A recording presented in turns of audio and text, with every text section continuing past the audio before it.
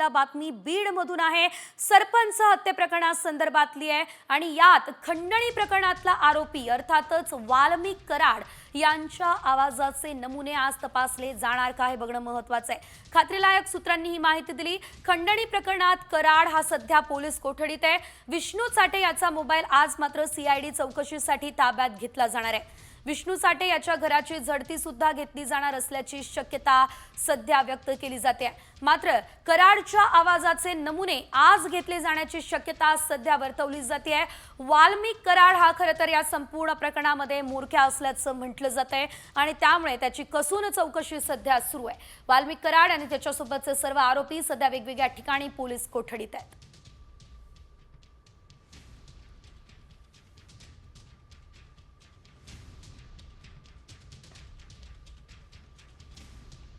तर बीड सरपंच हत्या प्रकरणातील आरोपींना मदत करणारे आता पोलिसांच्या रडारवर आहे आणि या आरोपींना फरार होण्यासाठी मदत करणाऱ्यांचा पोलिसांकडून शोधही घेतला जातोय।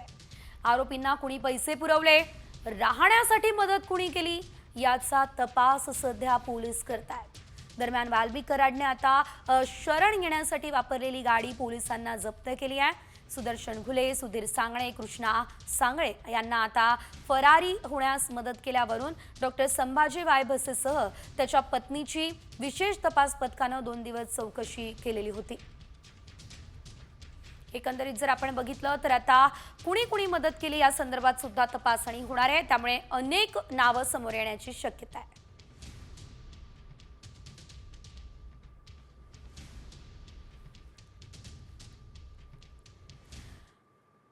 आणि आता पुढची बातमी अतिशय वेगळी, धक्कादायक आणि तुम्हाला हादरवणारी। आता असं मी का म्हणतेय, कारण बुलढाण्यामध्ये एक नवीन व्हायरस थैमान घालतोय, टक्कल व्हायरस। हो, टक्कल व्हायरसच, कारण या आजाराने 3 दिवसांमध्ये नागरिकांना टक्कल पडतंय। बुलढाण्यातल्या बोंडगाव, कालवड आणि हिंगणा या गावात या टक्कल व्हायरसनं एकच थैमान घातलं असल्याचं पाहायला मिळतंय। शेकडो लोकांना टक्कल पडलाय। आधी डोक्याला खाज येते, केस गळतायत आणि मग अगदी तिसऱ्याच दिवशी माणसाला टक्कल पडते। विशेष म्हणजे यात महिलांची संख्या लक्षणीय आहे। शॅम्पू वापरल्यानं लोकांना टक्कल पडत असल्याचा दावा काही डॉक्टर्सने केला, मात्र शॅम्पू न वापरणाऱ्या लोकांचेही केस जात आहे आणि असं असल्यानं खळबळ उडाली आहे।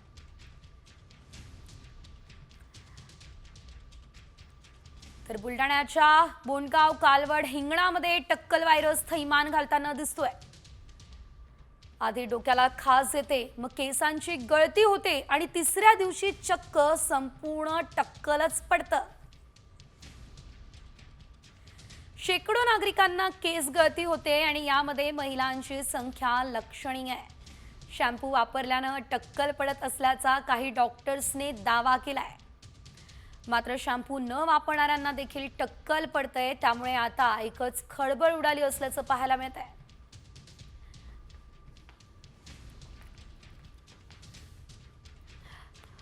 तर या नवीन टक्कल व्हायरसमुळे एकच खळबळ उडाली आणि आरोग्य यंत्रणा सुद्धा खडबडून जागी झाली आहे। यानंतर इतरही काही मोठ्या आणि महत्त्वाच्या अपडेट्स वेगवान स्वरूपात। गेल्या 2 दिवसांपासून राज्यात थंडीचा जोर वाढला। येत्या 2 दिवसात तापमानात 2 ते 4 अंशांची वाढ होणार आहे। विदर्भ वगळता संपूर्ण राज्यात पावसाची शक्यता आहे, असं हवामान विभागानं सांगितलंय।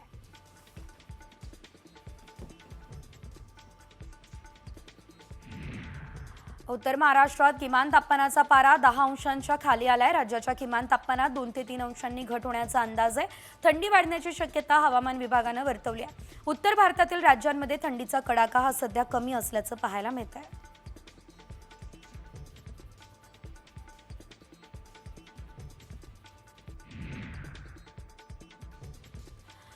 सांगली पालिकेच्या बेडग आणि समडोळी रस्त्यावर झिरो कचरा टार्गेट पूर्ण झालं आणि या मुख्य जागेत आता वृक्षारोपण होत आहे, त्यामुळे देवराईमुळे कचरा डेपोचं रूप बदलून भविष्यात पर्यटन क्षेत्र करण्याचा मानस आहे।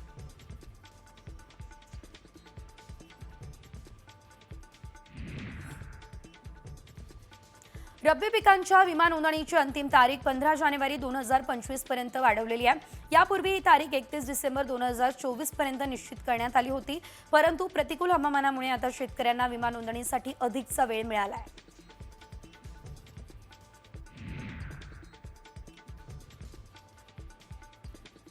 सिंधुदुर्गच्या किनारपट्ट्या सध्या शेवाळांनी भरल्या असल्याचं दिसतंय। मालवणच्या चिवला बीच आणि परिसरात जवळपास 1000 किलो शेवाळ सध्या किनाऱ्यावर येऊन पडले। गणेश सजावटीसाठी आणि माड बागायतींना खत म्हणून या शेवाळाचा वापर केला जातो।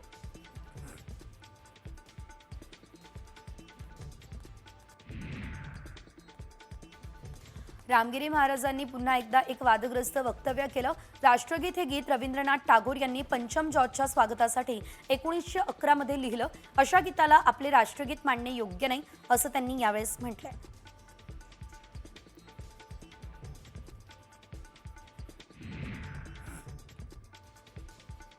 सांगलीच्या मिरज शहरात दिंडी बेस्ट परिसरामध्ये बेकायदेशीर सुरू असलेल्या गॅस रिफिलिंग सेंटरवर पोलिसांनी छापा टाकलाय। छाप्यात 6 गॅस सिलेंडरच्या टाक्या, गॅस रिफिलिंग साहित्य आणि एक रिक्षा असा 1,36,000चा मुद्देमाल जप्त झाला। दोघांना या संदर्भात अटक सुद्धा करण्यात आली आहे।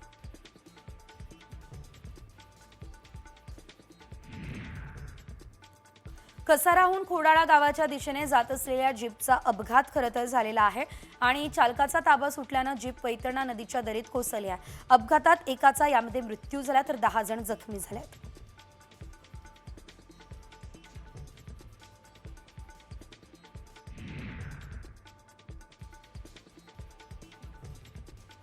सांगलीच्या रत्नागिरी नागपूर राष्ट्रीय महामार्गाजवळ बस आणि ट्रकचा अपघात झाला।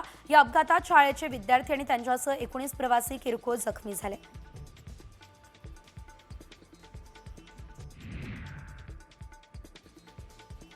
ठाण्यातील घोडबंदर रोडवरील एका दुकानाला आग लागली।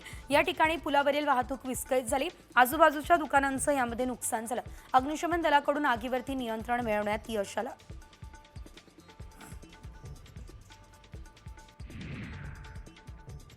छत्रपती संभाजीनगरच्या वैजापूर चिंचडगाव या ठिकाणी शेतीच्या वादातून भावकीतील दोघांनी एकाचा खून केला असल्याचं पाहायला मिळतंय।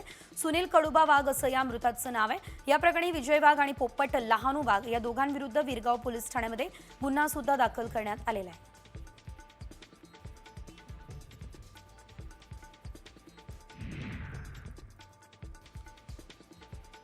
जालन्यातील शहागड या ठिकाणी जिल्हा परिषदेच्या शाळेत 9वीच्या वर्गात का बसला म्हणून शाळेतील मुख्याध्यापकानं विद्यार्थ्याला अमानुष मारहाण केली।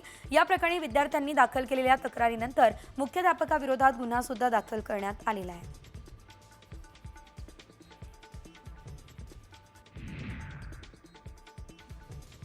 पोटच्या पोराच्या लग्नाची तयारी सुरू आहे असं असताना आई वडिलांनी विष घेऊन आयुष्य संपवलं।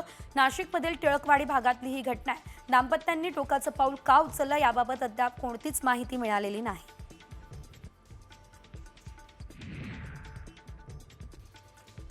बेकायदेशीररित्या पिस्टल बाळगणाऱ्या गुन्हेगारास पुण्यातील स्वारगेट पोलिसांकडून अटक झाली आहे। मिळालेल्या गुप्त माहितीच्या आधारे पोलिसांनी आरोपीला ताब्यात सुद्धा घेतलं असल्याचं पाहायला मिळतंय। याशिवाय ऋतिक्य ससाणे असं अटक केलेल्या 24 वर्षीय आरोपीचं नाव आहे। पोलिसांकडून या संदर्भातला अधिकचा तपास जो आहे तो सुरू आहे।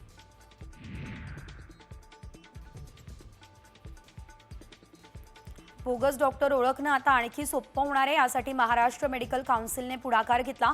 महाराष्ट्र वैद्यकीय परिषदेने राज्यातील अधिकृत डॉक्टरांना महिनाअखेरीस QR कोड देणार आहे। या प्रणालीमुळे बनावट डॉक्टरांपासून रुग्णांना संरक्षण मिळणार आहे।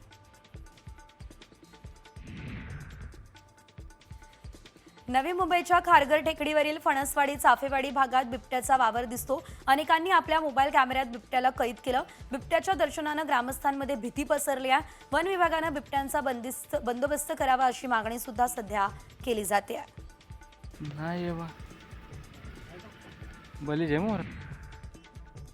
नाशिकच्या येवल्यातल्या रघुजी बाबा मंदिर परिसरात मोकाट फिरणाऱ्या कुत्र्यांच्या टोळक्यांनी चिमुकलीवर हल्ला केला। या हल्ल्यात चिमुकली गंभीररित्या जखमी झाली असल्याचं वृत्त आहे।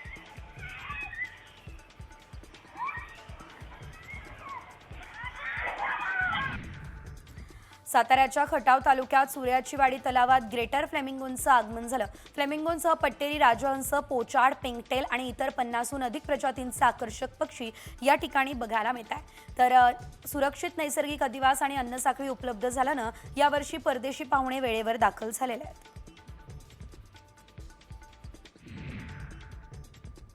महाराष्ट्राची कुलस्वामिनी आई तुळजाभवानी मातेच्या शाकंभरी नवरात्र उत्सवानिमित्त छबिना मिरवणूक काढण्यात आली। वाजत गाजत निघालेल्या या छबिना मिरवणुकीत पुजारी, मंदिर संस्थांचे अधिकारी सहभागी झाले। 14 जानेवारीपर्यंत शाकंभरी नवरात्र उत्सव हा साजरा केला जाईल।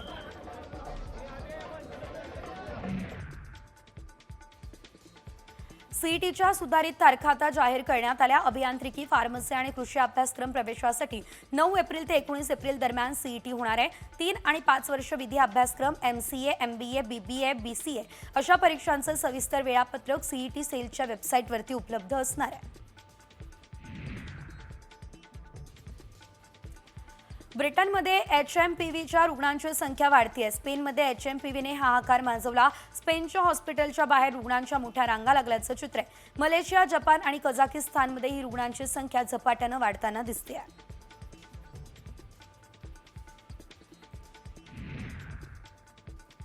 एचएमपीव्ही या व्हायरसचा धोका लक्षात घेता केंद्र सरकार अलर्ट झालं। या प्रकरणी केंद्रीय आरोग्य सचिवांनी सर्व राज्यांच्या आरोग्य अधिकाऱ्यांची बैठक घेतली।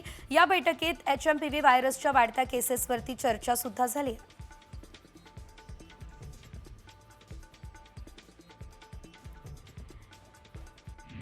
एचएमपीव्हीच्या पार्श्वभूमीवर नवी मुंबई महानगरपालिका प्रशासनानं नेरूळमधील महानगरपालिका रुग्णालयात 30 बेडचं विलगीकरण कक्ष उभारलाय, तर वाशी आणि ऐरोलीच्या रुग्णालयात प्रत्येकी 10 अद्ययावत बेडची व्यवस्था सुद्धा करण्यात आलेली आहे। यासोबतच डॉक्टर आणि संबंधित स्टाफची देखील नेमणूक करण्यात आलेली आहे।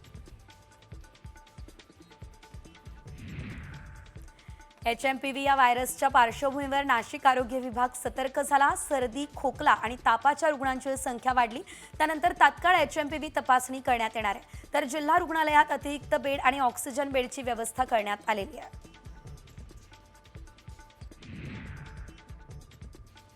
एचएमपीव्हीचे राज्यात 2 रुग्ण आढळले। आरोग्य विभाग हाय अलर्ट झाला। हिंगोलीमध्ये सर्व डॉक्टर, नर्स आणि आरोग्य कर्मचाऱ्यांच्या सुट्ट्या रद्द झाल्या। पुढील आदेशापर्यंत या सुट्ट्या रद्द असतील।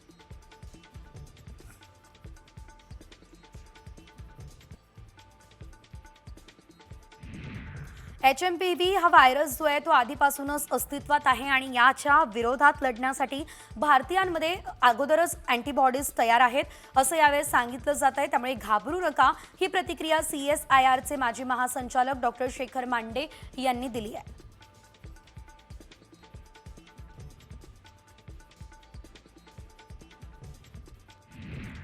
सारा अली खान महादेवाची मोठी भक्त आहे। सारा अली खान वर्षाच्या पहिल्या सोमवारी मल्लिकार्जुन मंदिरात दर्शनासाठी गेली। या फोटोमध्ये ती कपाळावरती गंध लावून पांढरा सूट परिधान करून महादेवाच्या भक्तीत तल्लीन झालेली दिसते।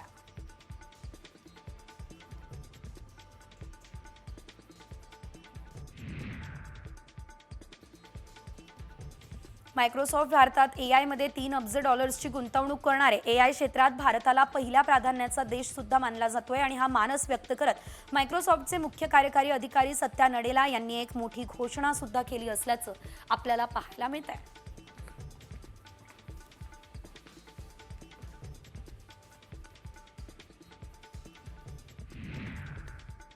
आणि आता बातमी एचएमपीव्ही या व्हायरस संदर्भातली। चीनमधील एचएमपीव्ही विषाणू भारतात शिरकाव करतोय, तर देशातील 8 चिमुकल्यांना आता विषाणूचा संसर्ग झालाय। मात्र हे चिमुकले चीनला गेलेच नव्हते, तरी त्यांना एचएमपीव्ही झालाय तरी कसा, आणि त्यावरचाच हा खास रिपोर्ट। एचएमपीव्हीनं पसरले भारतात हातपाय। चीनला नाही गेला तरी एचएमपीव्ही कसा? एचएमपीव्हीनं वाढवलं भारताचं टेन्शन।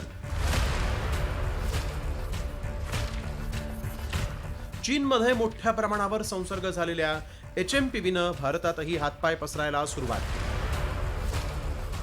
कर्नाटक, गुजरात, पश्चिम बंगाल, तामिळनाडूसह महाराष्ट्रात तब्बल 8 चिमुकल्यांना एचएमपीव्हीची लागण झाली आहे। आंतरराष्ट्रीय प्रवासाची कुठलीही हिस्ट्री नसताना या चिमुकल्यांना संसर्ग झाल्यामुळे देशाची चिंता वाढली। त्या पार्श्वभूमीवर कोणत्या राज्यात किती रुग्णांना एचएमपीव्हीची लागण झालेली आहे पाहूया।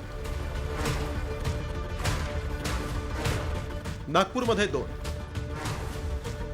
बंगळुरूत 2, अहमदाबादमध्ये 1, चेन्नईत 2, पश्चिम बंगालमध्ये 1। 2020 मध्ये आंतरराष्ट्रीय प्रवास करून आलेल्या केरळच्या रुग्णाला कोरोनाचा संसर्ग झाला होता। त्याच माध्यमातून भारतात कोरोनाची एंट्री झाली। मात्र आता आंतरराष्ट्रीय प्रवास न करताही देशातील 8 चिमुकल्यांना HMPVचा संसर्ग झाल्यामुळे नागरिक भीतीच्या छायेत आहे. मात्र आंतरराष्ट्रीय प्रवास न करताही चिमुकल्यांना HMPVचा संसर्ग कसा झाला त्याची माहितीच तज्ज्ञांनी दिली. आपल्या भारतात देखील दिल्लीमध्ये पुण्यामध्ये अनेक वेळा जे लहान मुलांना किंवा मोठ्यांना जे सर्दी ताप पडसं होतं अशा सगळ्या रुग्णांच्या तपासण्या केल्या असता की सर्दी तापाचे किंवा त्याच्यापेक्षा जास्त जे न्यूमोनियाचे रुग्ण होतात त्यातले अंदाजे 13% लहान मुलांमध्ये हा HMPV व्हायरस असतो. HMPV हा विषाणू कोरोना इतका घातक नाही. मात्र या विषाणूचा संसर्ग लहान मुलं, वृद्ध आणि कमी प्रतिकार शक्ती असलेल्या व्यक्तीला होतो. यात योग्य वेळी निदान आणि उपचार न मिळाल्यास हा विषाणू जीवघेणाही ठरू शकतो. त्यामुळेच नागरिकांनी हलगर्जीपणा न करता खबरदारी घ्यायला हवी. सूरज मसूरकर सह ब्युरो रिपोर्ट, साम टीव्ही न्यूज.